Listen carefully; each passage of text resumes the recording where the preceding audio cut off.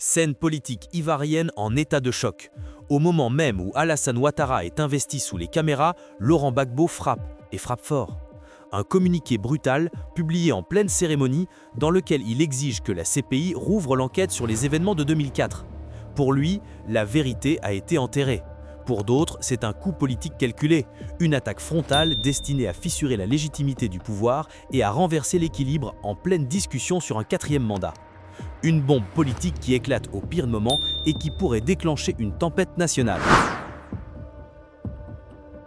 Mais après, aujourd'hui, ma question que j'aimerais peut-être poser à M. Ouattara, c'est que aujourd'hui, est-ce que la CPI peut réouvrir un dossier qui a déjà été fermé, jugé, même si vous avez dit qu'il y a une phase 2 qui est là, mais il y a eu un premier jugement qui est fait. Est-ce qu'on peut toujours réouvrir ce dossier? Ok, merci. Vous savez, il y a ce qu'on appelle ne bis ni idem. C'est-à-dire c'est l'article 20 du statut de Rome qui signifie qu'on ne peut pas juger une personne 2 fois pour le même crime. Non, il a été jugé pour le crime contre l'humanité. Donc si on doit ouvrir un dossier, ce dossier ne peut plus le condamner comme par rapport au crime contre l'humanité. Donc la phase 2, comme je l'ai dit, dans les enquêtes du procureur, des personnes de Laurent Gbagbo également peuvent toujours être touchées par la phase 2. D'accord. Ce n'est pas systématiquement ciblé sur sa personne. Sur sa personne, non. Donc, par rapport donc à cela, même en Côte d'Ivoire, ici, on ne peut pas juger une personne 2 fois pour les mêmes crimes. Donc, le dossier n'est pas clos, en fait. Contrairement à ce qu'on dit, le dossier, la Côte d'Ivoire est un pays toujours en situation. C'est un pays toujours sous phase d'enquête. Il y a une enquête 2 qui est en cours et on attend les résultats. Très bien.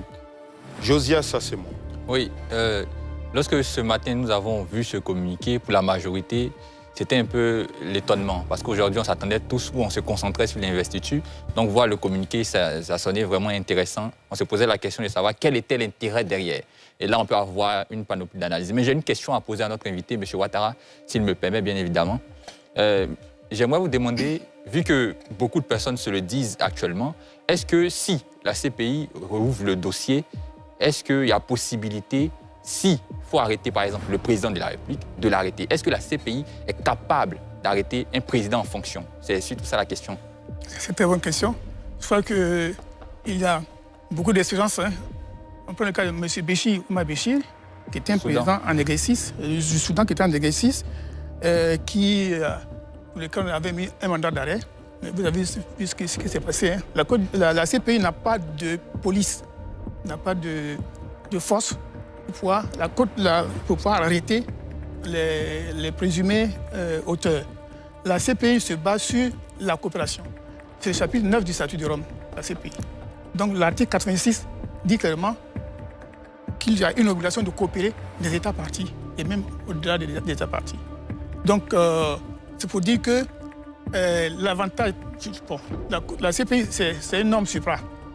Donc au niveau local, il y a le fait qu'elle ne tient pas compte seulement des dispositions, des immunités, des privilèges et immunités, par exemple. Alors qu'au niveau de notre constitution ici, on tient compte des privilèges et immunités. Donc, ce qui fait que, normalement, la Côte d'Ivoire, dans le principe, peut mettre un mandat d'arrêt contre un chef d'État. Aujourd'hui, le président Poutine également, on a mis un mandat d'arrêt. Mais vous voyez la difficulté pour pouvoir l'arrêter.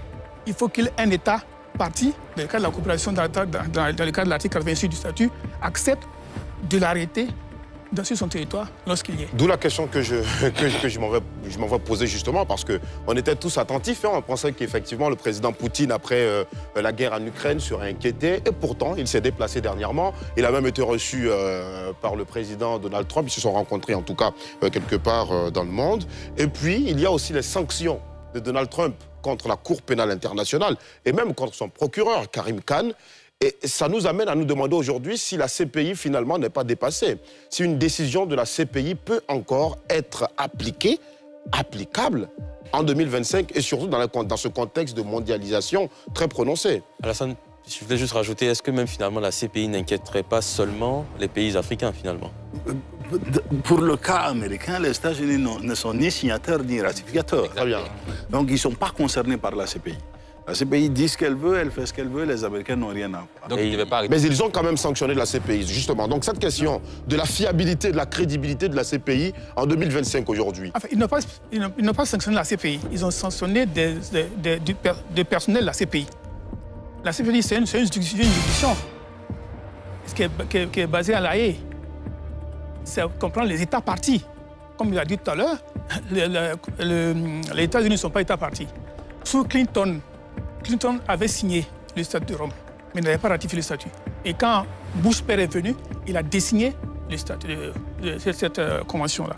Donc, les sanctions, même avant que ces sanctions aient cours, il y a Mme Fatou Bensouda, qui à l'époque, par rapport aux enquêtes en Afghanistan, les Américains avaient déjà commencé à mettre des sanctions au niveau de la procureure. Ça n'a pas fait trop de bruit parce que il n'y a pas plusieurs personnes qui avaient été sanctionnées.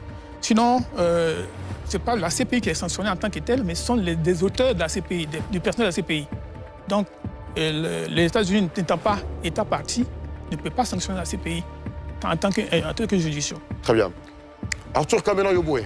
Oui, moi, j'ai une question pour notre invité. Mais avant, je voudrais pas forcément voir dans le sens de Mohamed Nou pour raviver les différentes blessures, mais rappelez-vous que M. Laurent Gbagbo est un historien.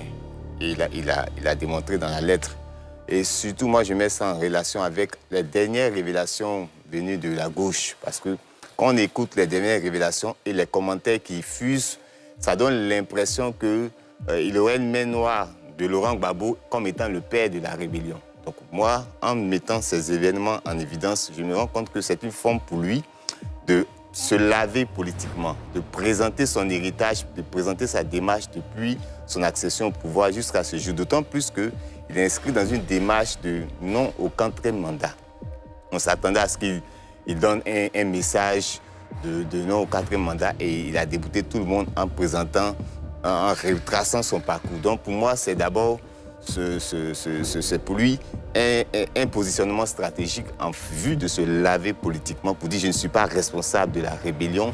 Nous connaissons tous, et le site, il dit qu'il connaissait les responsables connus de la rébellion. Il a cité Guillaume Soro, pardon. Il connaît Zakaria, il a dit ils sont là et ils n'ont pas été inquiétés. Ils nomment même l'ONU et la France. Il revient encore comme étant des acteurs qui ont participé à sa déstabilisation. Donc ma question est de savoir, concernant la phase 2, qu'est-ce qui empêche jusqu'à ce jour que les résultats soient connus par rapport à l'enquête? Que l'enquête même soit menée. Qu'est-ce qui empêche? En fait, l'enquête est menée, l'enquête même est pratiquement bouclée. Très bien. Voilà. Mais ça, je ne suis pas le procureur. Je suis pas le procureur, c'est le procureur qui a sa stratégie d'enquête. C'est le procureur qui apprécie. Donc, quand il apprécie, s'il y a des mandats d'arrêt à émettre, il va informer les juges. Et puis maintenant, il y a l'autorisation d'émettre les mandats d'arrêt. Très bien. Voilà. Donc, pour le moment, pour dire que c'est un plaidoyer même qui a été fait pour que le procureur enquête sur ce volet dans sa stratégie. Donc, il a été fait beaucoup de reproches pour dire, bon, c'était la justice des vainqueurs, c'était un seul camp qui était concerné. Et donc, avec l'expérience qu'il a eue au Kenya, il a voulu maintenant revenir sur le cas de la deuxième phase des enquêtes au niveau de la Côte. Qui a fait ce plaidoyer pour qu'il y ait une deuxième phase? Les ONG, la Coalition pour la Cour pénale internationale ici, la Coalition mondiale pour la CPI, Human Rights Watch, Amnesty International, etc. Voilà. Très bien. Tchokoumar Doumbia. Alors, dans la lettre, moi, la partie qui m'a le plus... qui a attiré réellement mon attention, c'est la partie où la France est évoquée, où les Nations Unies sont évoquées. Est-ce que la Cour est en mesure d'avoir un regard sur la France en tant qu'État? Ce serait forcément possible, mais sur les Nations Unies en tant qu'organisation intergouvernementale, comment est-ce que la Cour apprécierait le rôle que les Nations Unies aient joué dans la crise ivoirienne? Bon, en fait, je vais dire qu'il y a... moi, j'ai lu le courrier, mais il y a beaucoup de choses qui sont dites dans le courrier. Et la CPI travaille effectivement sur l'article 5 du statut dit qu'il y a les crimes, ça définit les crimes. Donc la Cour travaille sur certains crimes. Est-ce que l'ONU a connu des crimes par rapport à l'article 5 du statut, les crimes contre l'humanité, les crimes de génocide, les crimes de guerre? C'est ça qui est le plus important. Le reste là, c'est l'écriture qui a été faite. Voilà. Si on a cité l'ONU, si on a cité la France, il faut avoir des éléments de preuve pour qu'on puisse demander, qu'on puisse amener des enquêtes. C'est pour ça que j'ai dit que même le courrier qui a été fait, il aurait pu, à mon sens, il aurait pu passer par des structures étatiques, c'est-à-dire un État, avec des éléments de preuve. Parce que c'est une lettre ouverte. Quel est l'impact de la lettre ouverte? C'est-à-dire que même si ça arrive au bureau du procureur, même si on doit ouvrir des enquêtes, il faut des éléments qui attestent. Parce que même l'article 14 du statut par rapport à l'État parti, lorsqu'il doit demander à ce que la Cour intervienne, l'État parti dit « OK, je souhaiterais que la CPI puisse intervenir, mais voilà les éléments. Voilà tant qui s'est passé, voilà ce que je veux. » Mais ce n'est pas dans le creux, dans le vide qu'on dit « bon, on veut qu'on intervienne comme ça ». Donc il faut appuyer cela par des éléments de preuve.